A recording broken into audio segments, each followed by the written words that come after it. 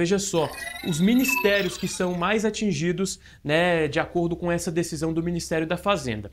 A gente teve aqui o Ministério da Saúde com 5 bilhões e 500 milhões de reais aí alcançados, Ministério das Cidades 2 bilhões e 100 milhões de reais, Ministério dos Transportes e Ministério da Educação 1 bilhão e 300 milhões de reais. Veja, saúde e educação diretamente atingidos por esse corte, por esse bloqueio, na verdade, anunciado pelo Ministério da Fazenda. Yasmin Costa vai nos ajudando a entender ainda mais, né, quais foram os critérios aí escolhidos pelo Ministério da Fazenda para fazer esses bloqueios.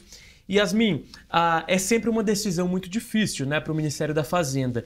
E aqui eu pontuo, o PAC, que é o Programa de Aceleração ao Crescimento, teve também um bloqueio bastante expressivo, o que reacende aquela disputa entre o ministro Fernando Haddad e o ministro Rui Costa. Rui Costa era muito contrário, mostra-se muito contrário sempre que o assunto é questão de corte de gastos para o PAC. O PAC é um carro-chefe, é considerada ali uma vitrine para o Partido dos Trabalhadores, porque apresenta obras lá na ponta, inclusive o próprio ministro Rui Costa, que tem ali um capital político no estado da Bahia, ali, então sempre leva esses recursos para aquela região, tem apadrinhados políticos também por lá, então essa questão do PAC realmente reacende o fogo amigo, que é uma coisa muito tradicional do Partido dos Trabalhadores. Eles sempre têm fogo amigo, e há quem diga que o clima entre o ministro da Fazenda, Fernando Haddad,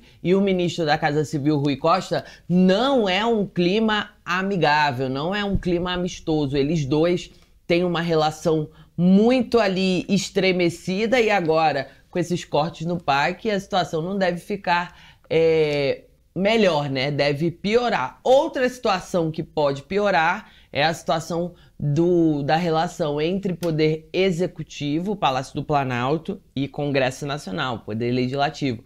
Porque, como você disse, né, Murilo, teve aí a contenção também de valores para emendas parlamentares. Essas emendas, as que foram ali seguradas, são aquelas que têm a possibilidade de serem pagas ou não são aquelas impositivas. Essas impositivas o governo deu uma segurada e mirou apenas nas emendas de comissão que não são impositivas e as de bancada estaduais. Essas de bancada estadual, o congelamento, o contingenciamento dos recursos foi em menor medida. Por quê? Porque elas são obrigatórias, então para evitar um desgaste, só que teve um acordo interno ali dentro do Congresso Nacional para evitar até derrubada de vetos do presidente da República, e que na contrapartida tinha essa possibilidade do pagamento de emendas. Olha, a gente não derruba alguns vetos aqui, vocês mantêm as emendas pra gente, porque essas emendas são injetadas lá na ponta, nas bases eleitorais, estamos em campanha eleitoral, então cada um faz a sua parte e a amizade continua. Basicamente isso num bom popular. Só que o presidente da República vem com esse corte, o Executivo Federal vem com esse corte mirando algumas emendas ali que, claro, quando trata de contingenciamento, se a receita aumentar, a gente já ensinou mais ou menos essa conta aqui, aprendemos e repassamos. No caso de contingenciamento, que alguns desses recursos estão contingenciados, se a receita aumentar, esse contingenciamento pode ser liberado e aí pode gastar o tanto que estava previsto. Então, a gente está vendo aqui, diante dessa publicação, uma situação de que pode se criar um novo desgaste entre Palácio do Planalto e Congresso Nacional por conta desses bloqueios.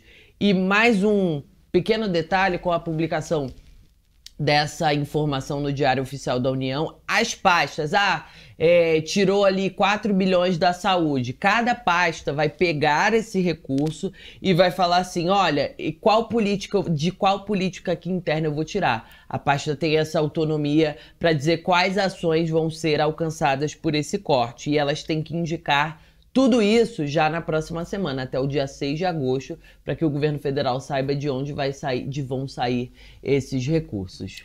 Para que a gente tenha uma ideia, pessoal, a verba do Ministério da Saúde, que foi bloqueada, né, equivale a 4 bilhões e 400 milhões de reais.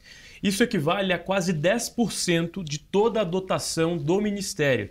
Então temos ali 46 bilhões para despesas discricionárias, que incluem custeios e investimentos, e desses 46 bilhões, 4,4 bilhões foram congelados, foram então ali contidos, né? A gente teve essa trava nesses recursos. Além disso, né, a gente tem o PAC, 4 bilhões e meio de reais congelados, o que equivale a 8,3% de toda a dotação para este ano do Programa de Aceleração ao Crescimento.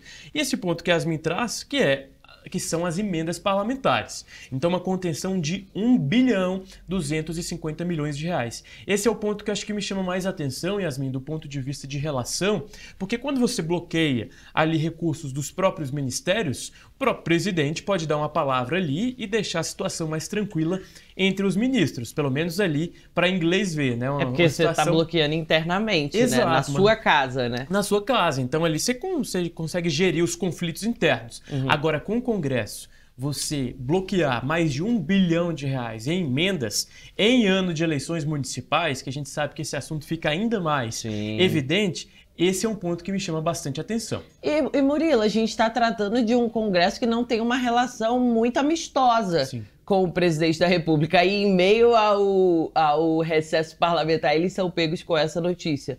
Certo ou não certo, eles vão ali querer lutar pelo retorno das emendas. A gente sabe que essa questão envolvendo emendas parlamentares tem uma briga muito grande, eles colocam grandes valores ali para serem distribuídos da forma como eles avaliam, né, tecnicamente, que eles avaliam ali. E ter esse corte vindo do Executivo Federal é uma sinalização que não vai, com certeza, não tenho dúvida disso, não vai agradar os parlamentares ali, tanto Câmara quanto Senado. Então, no retorno das atividades, eu ainda não conversei com nenhum parlamentar sobre esse ponto específico, porque a publicação dessa questão envolvendo os cortes, a edição foi publicada no Diário Oficial da União lá por volta das 11 da noite. Não dava pra gente entrar em contato ainda com parlamentares e a gente chega aqui no SBT bem cedinho, então a gente não conseguiu entrar em contato com parlamentares, mas sabendo, né, Murilo, o termômetro que se tem ali dentro do Congresso, é claro, não vai pegar bem e vai ter chiadeira ali dentro do Congresso Nacional.